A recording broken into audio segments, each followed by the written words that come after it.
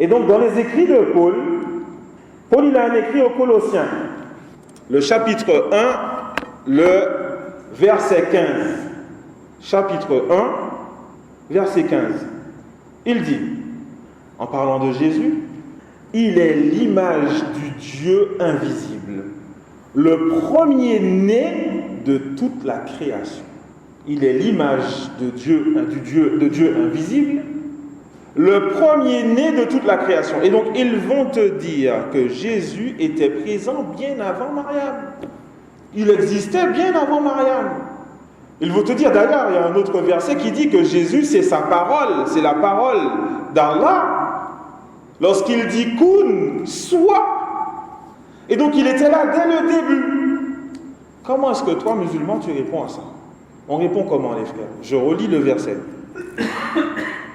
Il est l'image du Dieu invisible, le premier-né de toute la création.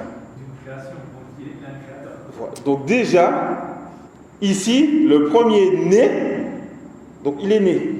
Ce verset affirme qu'il est né un jour. Et donc ça veut dire quoi, il est né? Ça veut dire que sa vie a eu un début. D'accord? Même si nous, les musulmans, on n'est pas d'accord avec eux lorsqu'ils vont nous dire qu'il existait avant Marie. On n'est pas d'accord. Mais tu vas rentrer avec lui dans le débat. Tu lui dis, ok, allez, toi tu dis qu'il était là avant Marie. Il est venu quand? Au tout début. Ah, il est né au tout début? Ah ben non, la vie n'est pas parfaite. Une vie parfaite, c'est une vie qui n'a ni début ni fin. Et c'est celui qui a cette vie qui mérite d'être adoré. Et donc, selon la Bible, Jésus ne mérite pas d'être adoré. Et le pire, c'est que ce verset-là, en lui-même, ce verset-là nous dit le premier-né de la création.